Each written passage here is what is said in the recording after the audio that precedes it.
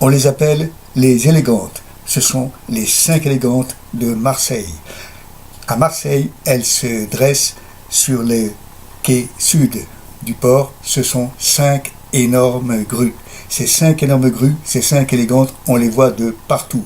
On les voit de la mer, évidemment, on les voit du TGV, on les voit aussi du sommet de la colline de la Bonne Mer. Elles sont attachées pour toujours à l'histoire du grand port méditerranéen. Dès les années 50, elles répondaient aux besoins d'une époque de pleine activité des quais et des docks marseillais. L'Algérie, la Tunisie et le Maroc suscitaient un va-et-vient permanent de grands bateaux et cargos. Elles ont alors obtenu leur plénitude opérationnelle. C'était l'époque où fleurissaient les affiches des grandes compagnies de navigation marseillaises. Elles s'appelaient Chargeurs Réunis, Messagerie Maritime ou Fraissinet, Cyprien, Fabre.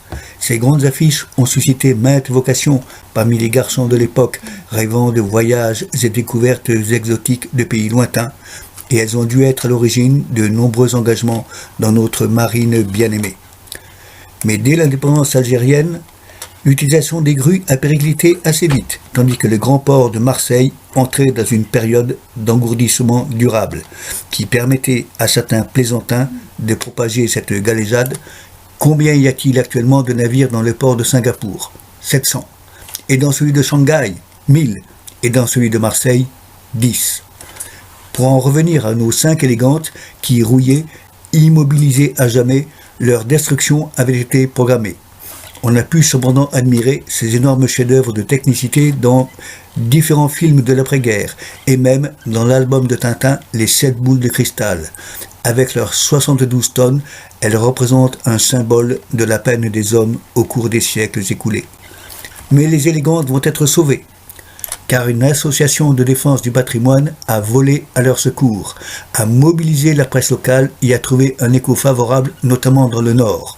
Parce qu'en fait, les grues avaient été construites par la société industrielle lilloise Pain d'Avoine, qui a fabriqué entre 1860 et 1965 une grande partie de toutes ces énormes machines qui ont aussi meublé les quais de tous les grands ports français de l'époque, tels Dunkerque, Le Havre, Bordeaux ou Nantes. C'est de Nantes que sont partis la plupart des grands voiliers français qui allaient affronter le cap Horn pour remonter ensuite la côte chilienne, jusqu'à Valparaiso pour y charger du nitrate en provenance du désert d'Atacama. Et Valparaiso, c'était l'escale tant attendue, comme Manille, mais pas pour les mêmes raisons. À l'escale de Manille, on savait qu'on allait bien s'amuser et s'encanailler, mais à Valparaiso, on savourerait le bonheur d'avoir survécu au terrible passage du cap Horn, d'être sorti vivant, une fois de plus, des terribles tempêtes et des effroyables souffrances qui accompagnaient inévitablement cette épreuve. Épreuve qui chaque année causait invariablement la disparition de nombre des grands clippers qui osaient y faire face. Le Hoche, Nantes, reste à bloquer 34 jours au cap Horn, face à des vents glacés, avant de pouvoir entrer dans le Pacifique. Cambronne, Dunkerque, lutta 92 jours avant de pouvoir entrer dans le Pacifique. Duchesse Anne, Nantes, lutta 49 jours, perdit mâts et voilure et dut abandonner, ballotté par les vagues. C'est le 3 mois anglais Maxwell, Liverpool, qui s'en revenait de Valparaiso, qui sut manœuvrer avec assez d'habileté pour pouvoir recueillir les malheureux en détresse. Président Félix Faure, Nantes, fut attaqué de l'arrière par une immense vague qui envoya 15 hommes par-dessus bord. Plus tard, il sombra et les rares survivants moururent de faim sur une île déserte. Bretagne, Le Havre, perdit sa mâture et pendant 13 jours, les hommes, accrochés comme des crabes au pont, noyés et balayés par des rafales glacées, luttèrent pour sauver leur vie. En 1900, Europe, Saint-Malo, pris dans un ouragan déchaîné, perdit 7 hommes en même temps qu'il fut dépouillé de ses voiles. Et lors de la grande tempête de 1891, 6 hommes furent retrouvés morts, les mains gelées dans les cordages, à bord de Côte d'Émeraude, Saint-Malo. Il y en a eu des centaines comme ça. Ayez une pensée pour ces hommes courageux, vous y avez peut-être un ancêtre. Pour risquer ainsi sa vie, le salaire d'un matelot était de 80 francs or, divisé entre sa propre bourse et celle de sa famille. 110 francs pour la maîtrise, le charpentier, le cuisinier et le maître d'équipage, le fameux Bosco. 150 francs or pour les officiers, le second ou le lieutenant qu'on appelait monsieur. 250 francs or pour le capitaine qui touchait une prime de 500 francs si le voilier arrivait au Chili en moins de 90 jours. Il pouvait bien entendu répartir cette prime entre lui-même et les hommes d'équipage.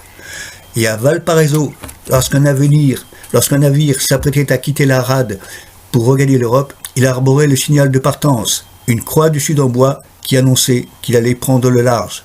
Si c'était la nuit, car c'était les vents et la marée qui décidaient, tout illuminé, il garnissait ses vergues de fanaux. Et alors, à bord de tous les navires de la rade, les hommes vont bondir des torches jusque sur les vergues de Cacatois. Et sur l'ensemble de la rade de Valparaiso, toute la flotte au mouillage battra la chamade à coups de sabots dans les chaudrons, en branlant les 100 cloches de bronze pour soutenir les hurrahs des matelots et les souhaits de bon voyage à celui qui s'en va. En anglais, en français, en allemand, en danois, en grec, en italien, en croate, en espagnol, hurrah et farewell, bon voyage pour celui qui s'en va, pour relever le cap Horn et remonter vers l'Europe, en espérant que ce ne sera pas son dernier voyage et qu'un jour on se reverra à une table de taverne pour entonner ensemble in Hamburg an der Elbe.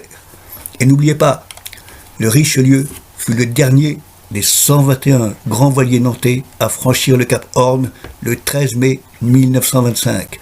Il arborait sur sa coque les marques du célèbre armement Bord, une grande ligne blanche flanquée de faux sabords noirs. Je ne sais pas si ce jour-là, à bord de Richelieu, on a amené 3 fois le pavillon pour saluer une dernière fois le cap mythique à l'origine de drames.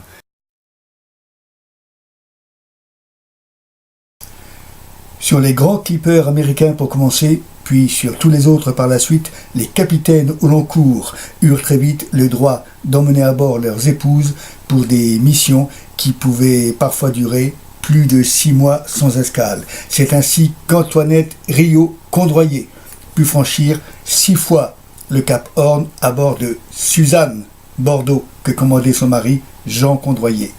Elle eut aussi l'occasion de rallier Bordeaux à la Nouvelle-Calédonie en 84 jours.